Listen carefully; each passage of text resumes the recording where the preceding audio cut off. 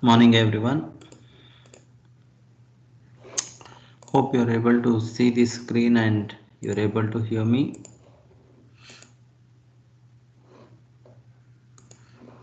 Many are ready to join. So we'll just wait for a couple of minutes.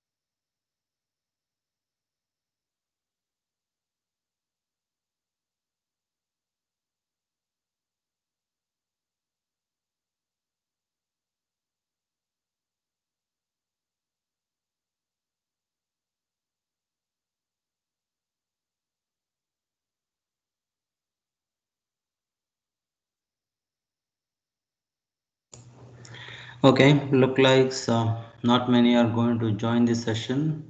Maybe Saturday is the reason. Let us proceed further. One more small topic that I'm supposed to complete with respect to introduction of OS. Let's go ahead and complete that. So before that, this is what we discussed in last class. So we basically looked at different types of data structures which could be used in the kernel implementation, which includes arrays, singly linked list, doubly linked list, circular linked list, and then we had stacks and queues, and then we had trees in general, and more specifically balanced binary trees. And then we looked into more important hash function and hash maps, and lastly we looked at bitmap. So these are the different kinds of data structure that we often try to use it in the development of kernel over there. And the second thing that we looked in last class is what is the computation environment in which the operating system is going to be used. So one, we had a traditional environment wherein people connect to a network with a single computer which is used for the general purpose computations, maybe and checking an email, using an Excel sheet, or using a PowerPoint presentation, and so on. So that was the traditional computing environment. And then with the development of the hardware technology, with the development of networking industry, so the now comes the mobile computing platform. People try to use their handheld devices in order to do pretty much things which they used to do it using a desktop over there. But the disadvantage here is the battery is small, as well as the processor and RAM size is small when compared to a desktop or a laptop over there. So it cannot replace these things, but some of the preliminary operation that I can do it in a laptop or desktop can be very much be done with handheld devices. So this is another environment wherein the OS is going to be deployed. The third one is a distributed system, and we saw a specific of that with the help of what is called as peer-to-peer system. Now everybody try to offer some service, so depending on the request they receive, they are going to operate. Again, the OS is going to play an important role in this particular thing. And then we had a client server model wherein thin clients are going to raise a request, and server is going to handle it appropriately, execute it, and return the response back to the client over there. So this is another model. And then comes the virtualization. With the help of virtualization, we are going to use cloud computing, wherein multiple services are offered to the clients through the cloud over there. So this is another place wherein OS is basically going to play a big role. And the last one is the real-time embedded system. You know that now a lot of these electronic item comes with a small chip with an OS installed over there, which is intended to do a specific task over there.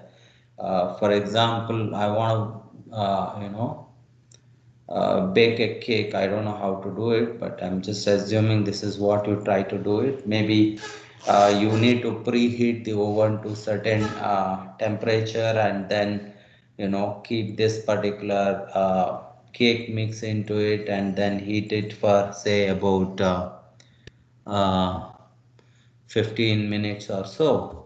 So you can just basically raise a preheat request, and then there is a couple of button, you press it, that will definitely take care that the temperature within the oven is going to rise to that particular level.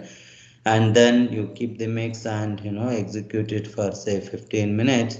So there's going to be a counter which is going to start from 15 and keep reducing it until it is going to hit 0. Till then the oven is going to function. So this is a very specific function that is specific to this particular oven over there.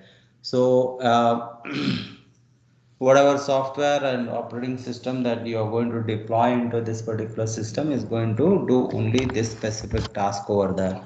I cannot take that and replace it and put it into a smart TV or into an or washing machine or so, right? So this is another thing. So they are intended to solve a specific problem, and it is fitting to a specific device over there.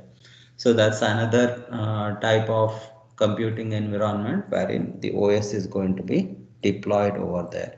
So this is pretty much what we saw in the last class. So let us proceed further and uh, start with today's class. So now we are going to briefly look into what are all the different kinds of services that is offered by the operating system, and how do we look into the implementation of this. And once again, these are from the standard textbooks.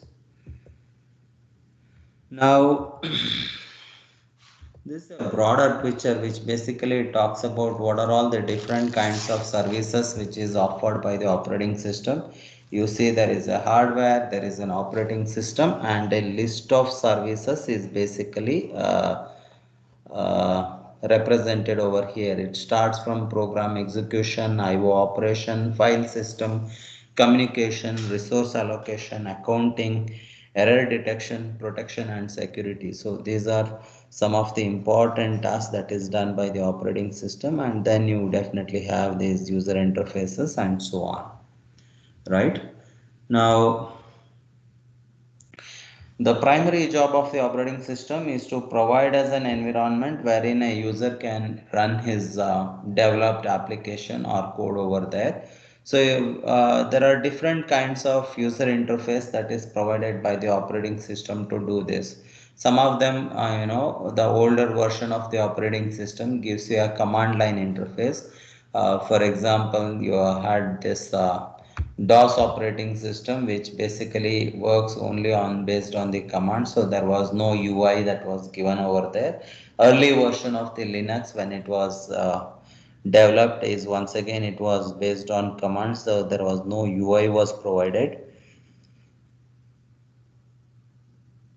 So these are some of the examples of the command line operating system over there. So the in user interface over there. So you can only use the OS with the help of certain commands. So the disadvantage in this particular case is I have to remember so many commands with so many parameters and so on. There were multiple options with respect to every command, so I used to remember them and type it in a same sequence in order to make use of them, so which is very tedious job. So then comes the concept of this graphical user interface, or what do you call it as GUI. So wherein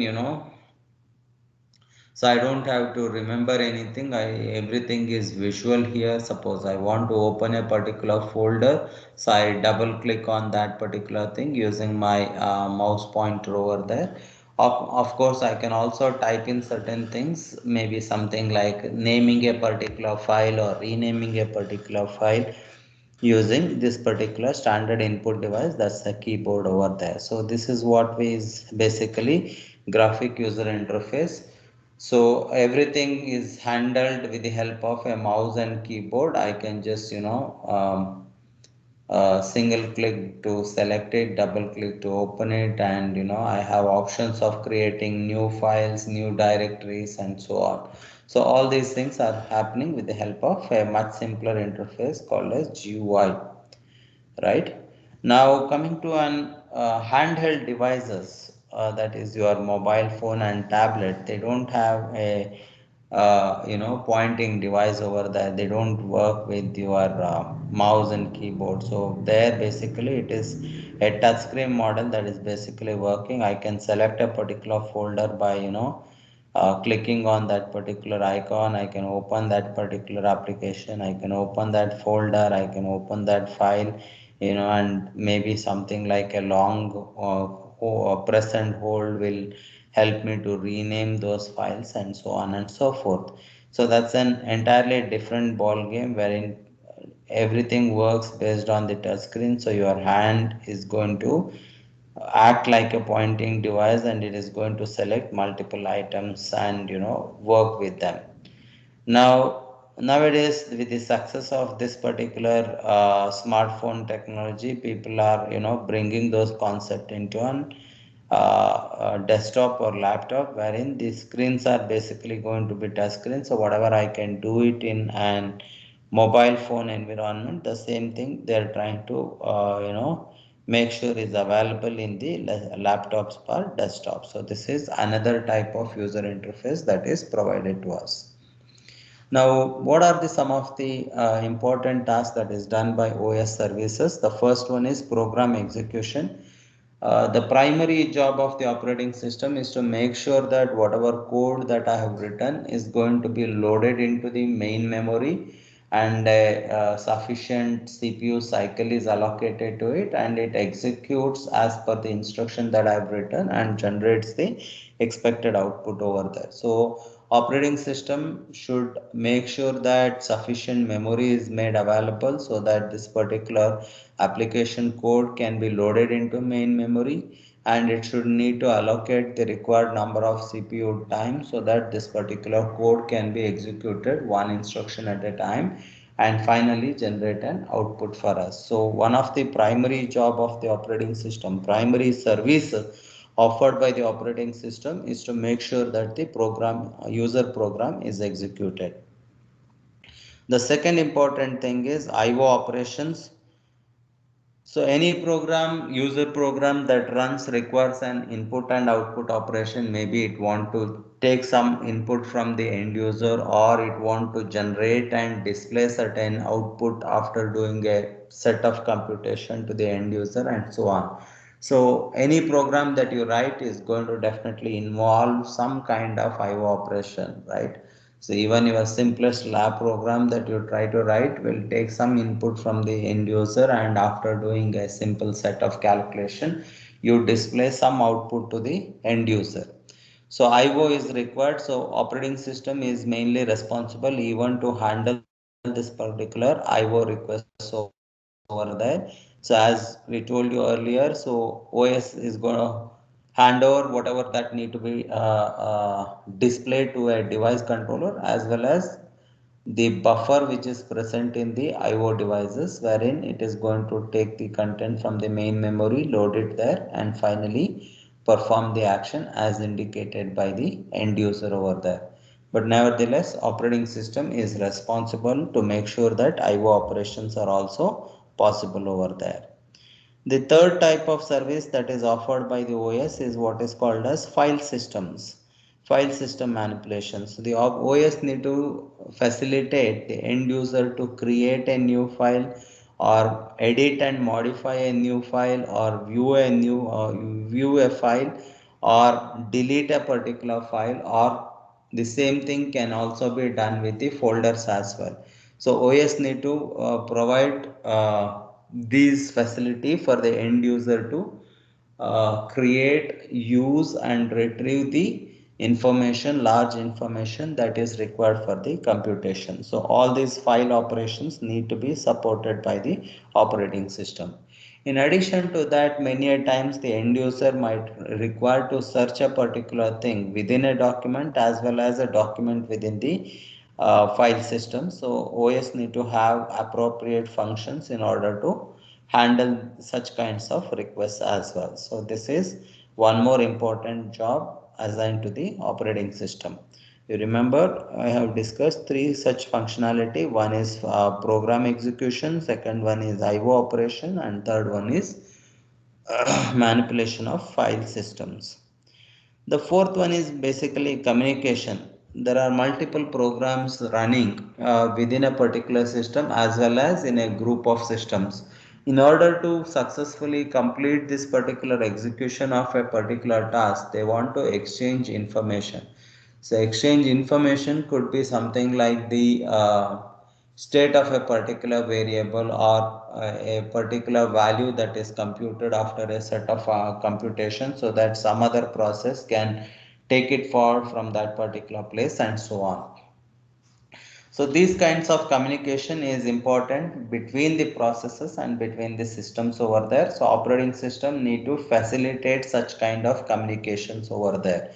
Generally, these communications are done with the help of a shared memory. All these processes are going to access a common memory, wherein every process is going to access that particular resource, do that computation, whatever it wants to communicate to the next process is going to be written back into that memory, so that the next processor can access that particular information and continue the computation from that point onward. So this is one common technique followed by the operating systems in order to facilitate the communication between the processors. But I told you, whenever such shared memory is coming into picture, synchronization of this process and access of that shared memory is a challenge over there. Otherwise, we will end up in getting inconsistent data. So that is where the role of the operating system comes into picture. So it need to coordinate between these processes and ensure that the data is consistent when it is stored in the shared memory over there. There is another way through which these processors can communicate, inter-process communications with the help of certain protocols, wherein a message is going to be passed on to the process with the help of a packets over there. Again, OS is going to facilitate such kind of inter-process communications over there.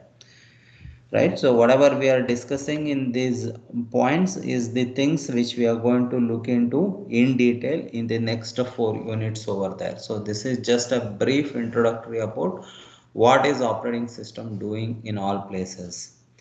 The next one is resource allocation. Okay, before that, error detection. Now, whenever some kind of computation is taking place, errors are possible. It could be errors from the user program, or it could be errors from the peripheral devices. So whatever may be the case, the operating system need to handle and need to have such kind of facility over there. One simple example, I am trying to compute average marks, average of a particular quantity, and I might end up getting a division by 0. So these are some of the error that might occur because of the user programs. On the other hand, there could be some of the system errors. For example, I'm trying to print a particular document, and the printer is not having enough number of sheets. The printer tray had say 10 sheets, and I'm trying to print 15 sheets. So after 10 sheet, the printer is not able to get the next sheet in the tray, and it will throw an error. So operating system need to handle such kind of error as well. Another example could be I'm trying to load lots of data into memory, and the memory is right now full. So there is not enough space in order to load such kind of data into the primary memory. So this could be another scenario wherein OS is supposed to handle these kinds of errors as suitable over there. All right, so that's another service that is offered by the operating system. Next one is resource allocation. Operating system, as I told you, is responsible to handle many resources, system resources that could be CPU cycle, memories, file storage, IO devices, and so on. So it need to take requests from every process that is running within the system and ensure that everybody gets their fair share without being in having any kind of biases over there, and making sure that the system is basically running smoothly over there. Nobody is going to create a bottleneck and make sure that the system is not going to come down or come to halt because of that. So operating system is responsible enough to make sure that there is a smooth and fair allocation of resources to all the processes over there. Of course, there are places wherein sometimes we will be little biased by having higher priorities to certain processes, but that is decided by the end user and the OS depending on the nature of job that's going to be done. We'll look into the detail of that when we come for this process scheduling chapter over there in the coming weeks.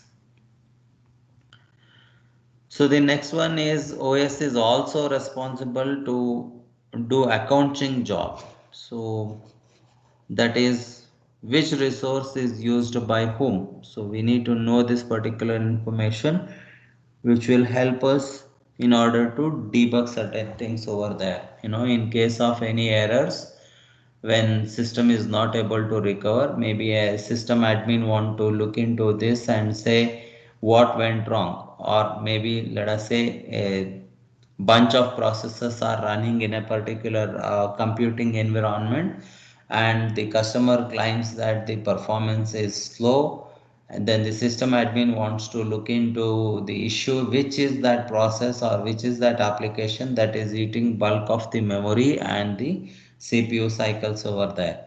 So if I don't have a log, then it is going to be difficult. So operating system is basically creating a log that so and so resource is used by so and so process for this much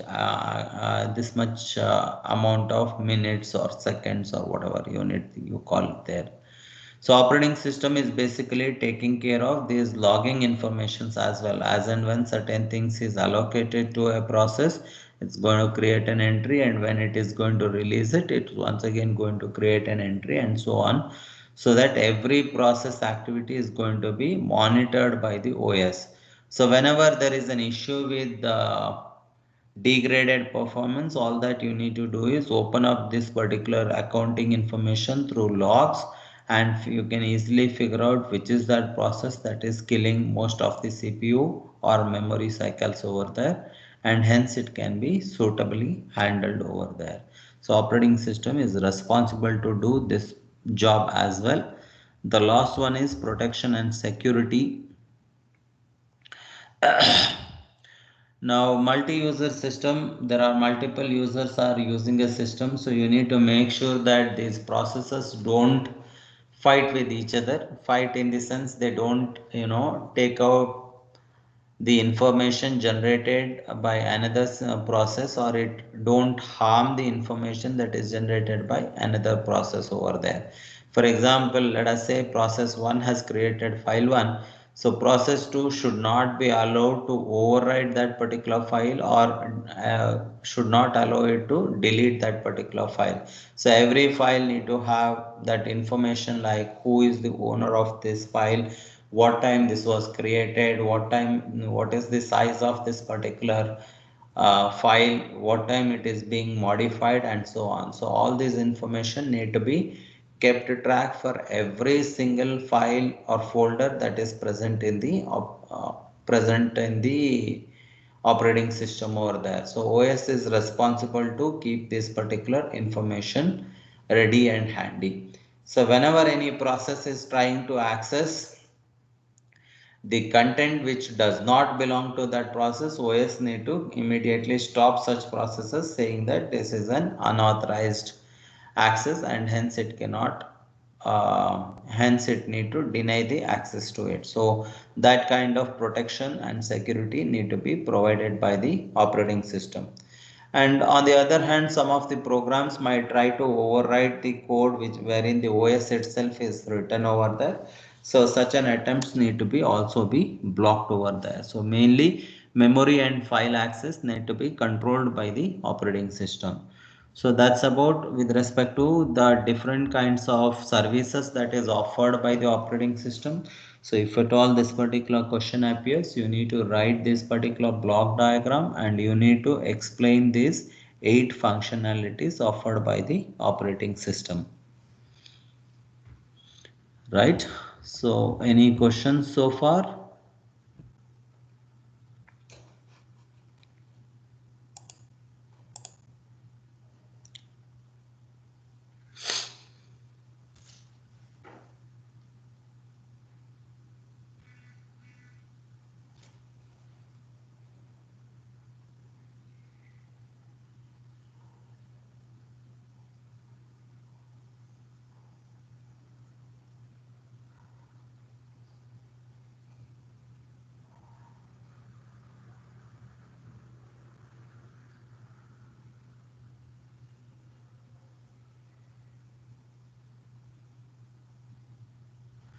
If there are none, we'll proceed further.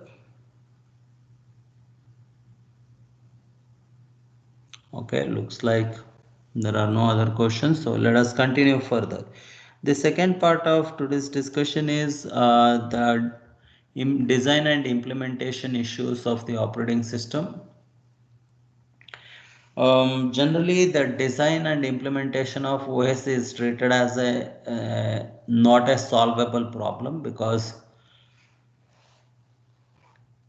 there are different viewpoints for the development and implementation of OS, and somewhere you need to come up with a with an approach which is going to balance these trade-offs. Okay. Now, internal structure of different operating system can vary widely. We have seen in what computational environment these operating systems are going to be placed and going to be used. So you see there is a diverse area in which it is going to be implemented, and every structure is going to have its own requirement. So multiple CPUs having a different requirement, multiple cores are going to have different requirement, peer-to-peer communication is computing is going to have a different requirement, client server is going to have a different requirement, and so on. So everybody's requirement is different, so I cannot have a general solution to all of them. So their internal structure is going to different, will be completely different depending on what is the purpose of this particular OS over there. So the easiest thing to do is start and the design by defining goals and specifications. So what is that this particular OS is supposed to do? Where is it going to be implemented? So what are all the requirements of the end user that need to be met? Okay. So the requirements can be broadly classified into two types. One is the user requirement and the other one is system requirements, right? So user requirements, typically you take up the user requirement, it is going to be very unconventional one, something like it should be convenient to use, it should be easy to learn, it should be reliable, it should be safe, and it should be fast, and so on.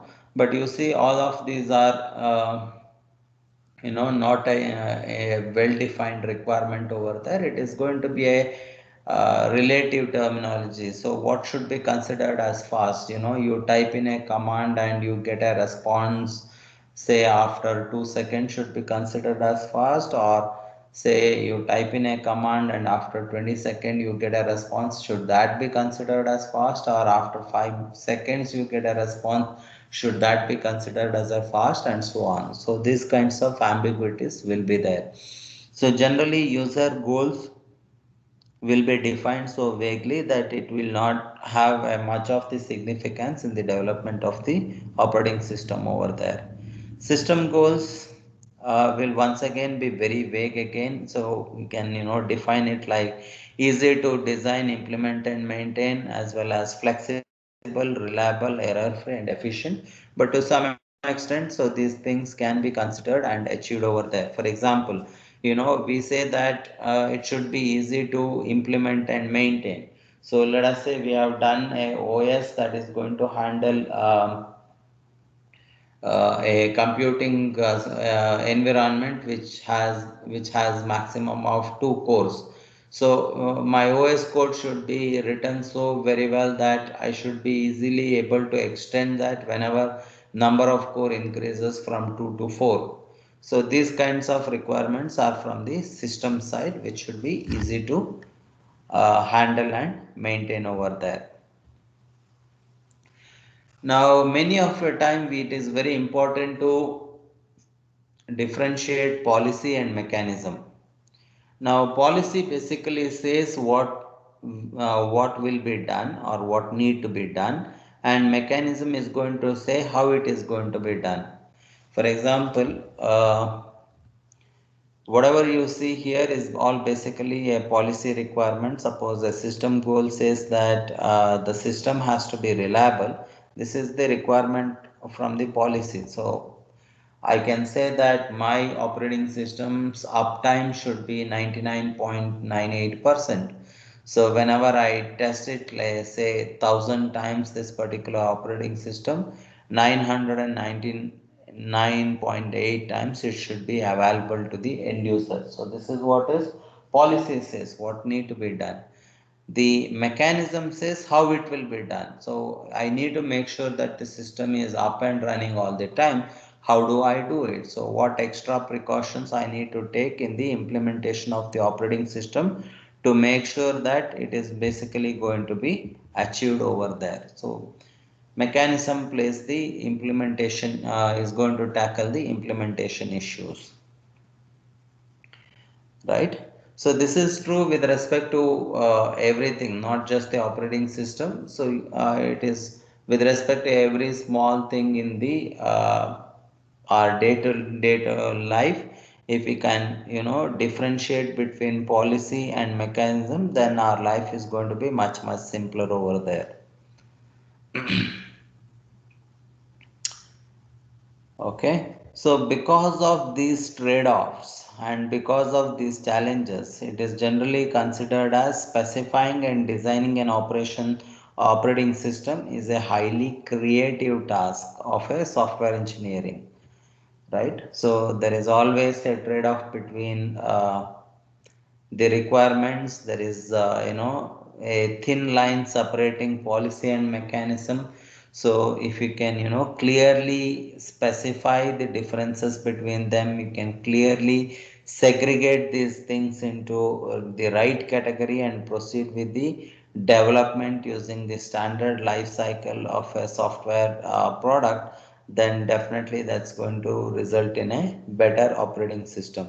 Many a times these operating systems are not developed by single user, a bunch of user, few thousands of programmers are going to sit for say a very long duration, somewhere around 9 to 24 months in order to build an operating system, and not everyone will be developing every piece, so they'll all be assigned with one small portion of code that need to develop, that's going to fit into the operating system, and such small pieces of code need to be integrated in order to build this kind of huge operating system over there. So it's a challenging job over there. Now implementation. Many of the initial operating systems were developed using the assembly language code, which is easily understood for the machine. So written in assembly language code, I think you're all exposed to assembly language programming, and you should have a fair idea of how difficult or how easy it is to write a assembly language program over there. But modern operating systems are basically taking a, hybrid approach. So most of it is going to be written using languages like C and C++. So that's going to give you some kind of comfort in writing it, but the part which is going to directly interact with the hardwares are still once again written in the assembly language. So it is basically a cross platform development that is going to be done. Some part of the code is going to be still written in assembly language, but most of it going to be written in languages like C and C++. And even people have tried writing it using Java and so on. So that's a pretty good approach in order to catch the exceptions and handle them in the operating systems over there. So most of the time it is going to be written using mix of languages. It's not going to be written in one single language. So it's going to be having multiple languages involved over there. The advantage of mixing these kinds of language is some of the high level languages are easier to port to other hardwares. For example, tomorrow if something changes with the hardware, this code written in languages like Java is much more portable when compared to my assembly language program. So it is with a minimum maintenance, I should be able to run this into the changed hardware settings over there. So that's the advantage, but the problem is they are going to be slow in nature. So we need to deal with that. Once again, there is a trade-off between these two. That pretty much completes the first part of the unit 1, which we were supposed to uh, complete by this weekend, that we did it. So if you look at your syllabus, so all that we have done is we have done up to this particular part. So almost like 40% of your unit 1, which gives you a basic introduction to the operating system, what exactly it is, what it will do, and how it will do. So next we are going to start with process concept, which is one of the primary services which is offered by the operating system. We'll start once again with what is a process, how do you create a process, how OS is going to recognize these processes, and how do they communication, inter-process communication and scheduling algorithm, how a set of jobs are going to be scheduled by the operating systems and so on. So these are some of the things that we are going to discuss in the next week classes,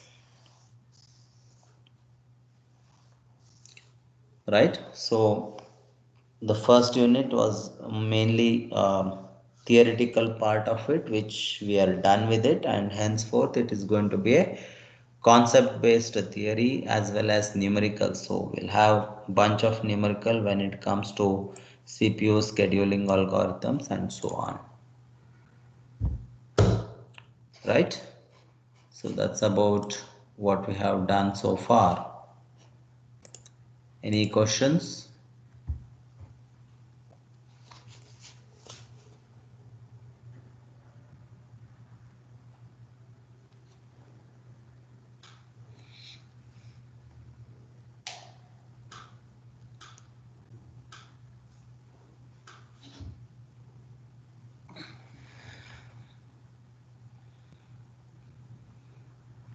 You can download the 10th edition of this particular textbook from the internet. So you don't have to visit library and get it. I suggest you buy this particular book because it will be useful uh, for your placement. But a economical option is you can download the PDF of this particular book, which is available on the internet. This is how the front page look like. A dinosaurs is trying to eat you. If you observe the cover page of this textbook by these authors, so everywhere dinosaurs are there. Right from, I think I used to study from third edition, I believe. So all those editions have different varieties of dinosaurs picture that has come here. Maybe trying to signify that developing an OS is like, some asteroids facing a dinosaurus over there.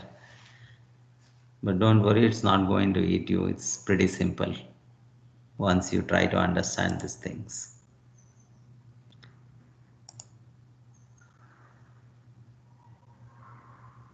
Yeah.